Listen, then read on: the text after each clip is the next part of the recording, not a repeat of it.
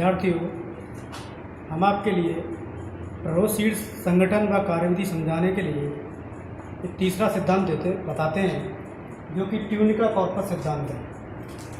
यह सिद्धांत कंचुकी पिंडवाद, इसे कंचुकी पिंडवाद सिद्धांत भी कहते हैं।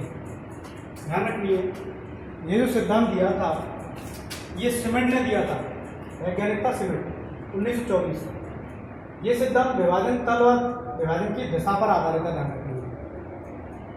अब इसके समर्थक थे फॉस्टर, जिन्होंने एक पुस्तक लिखी प्रैक्टिकल प्लांट एनाटॉमी। अब अगर हम देखें कि ट्यूनिका, जिसे कंचुकी कहते हैं, यह वास्तव में एक या बहुस्तरीय होता है। ध्यान रखिए, इसमें अगर देखें या तो सबसे पहला स्तर हो सकता है एक कोशिकीय मोटा, या फिर कई परत हो सकती है, कई कोशिकाओं की परत हो सकती है। तो एक या बहुस्तरीय हो सकता है। विभाजन अपनतिक होंगे इसमें, और ये प्रोसीड्स का पृष्ठीय विस्तार करेगा। पृष्ठ से मतलब ऊपरी सतह का विस्तार करेगा, अंदर की केंद्रीय सतह का नहीं। सबसे बाहरी परत अगर इसमें बहुपरतीय है तो सबसे बाहरी परत क्या करेगी? अधचर्म का निर्माण करेगी, और भीतरी परत पर्ण आदक व भलकुट का निर्माण करेगी। ध्यान रखिए, जब बहुपरतीय हो तब यह प्रक्रिया होगी, अन्यथा एक परतीय होगा तो केवल अधिचर्म का निर्माण होगा। कॉर्पस, जिसे पिंड कहते हैं, इसमें विभाजन कई तलों से होंगे। जबकि यहाँ अपने से विभाजन था, कोशिकाएं बड़ी होंगी और लगातार विभाजन से सहती वृद्धि होगी, कोशिका के मास में वृद्धि होगी। ध्यान रखिए, कॉर्पस जो कि ट्यूनिका से ढका हुआ केंद्रीय भाग रहता है।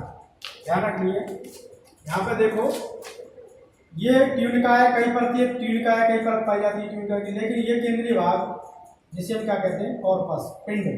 तो ये वास्तव में ट्यूनिका से ढका हुआ रहता है, जो विभिन्न तलों में विभाजित होता है। कोशिकाएं देखो बड़ी है इसकी, जबकि बाहर वाली छोटी है, इनका भार भी ज़्यादा है, मास भी ज़्यादा है।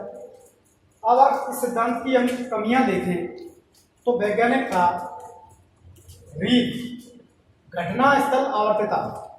इन्होंने बताया घटना स्थल आवर्तता से मतलब है कि जो ट्यूनिका है, मतलब भारी परत है, जो एक परतीय या जो बहुपरतीय हो सकता है, इनकी परतों की संख्या घटती बढ़ती रहती है, जो कि मौसमी परिवर्तन के कारण होता है।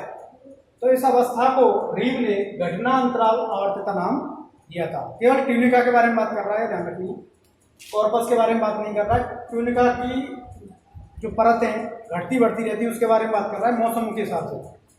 और कुछ में ऐसा भी रहता है, जैसे ये जो ट्यूनिका है, ट्यूनिका की भारी परत अधिचर्म बना देती है, और अन्य परतें कॉर्पस के साथ मिलकर बलकुट क्षेत्र बना देती हैं।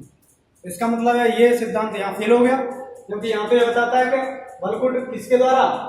ट्यूनिका के द्वारा बनता है, जबकि यहाँ पर क्या हो रहा है? कॉर्पस और ट्यूनिका की कुछ परतें मिलकर बलकुट बना रही हैं।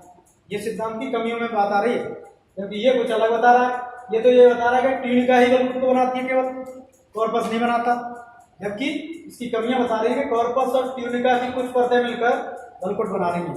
तो इसका मतलब है इसका मतलब ये हुआ कि इनमें स्पष्ट परिसीमा नहीं पाई जाती, स्पष्ट सीमांकन नहीं पाया जाता कि कौन सी ट्यूनिका है, कौन सा कॉर्पस है, और इनकी कोई स्पष्ट परिसीमा बाउंड्री नहीं रहती, इनका कोई सीमांकन नहीं रहता कि वास्तव में कौन सी ट्यूनिका है, कितनी संख्या, कितनी कोशिकाओं की संख्या को, कोशिकाओं की परतों को हम ट्यूनिका माने और कितनी परतों को माने कॉर्पस।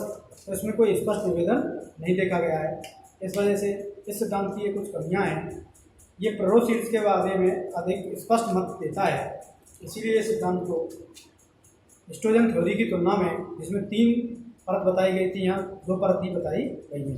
तो बच्चों, इस टॉपिक को यही समाप्त करते हैं, और 4 सिद्धांत प्रोसीड संगठन के बारे में हो चुके हैं, 3 सिद्धांत हैं जिन्हें हम कल खत्म करेंगे। थैंक यू बच्चों, इस टॉपिक को यही समाप्त।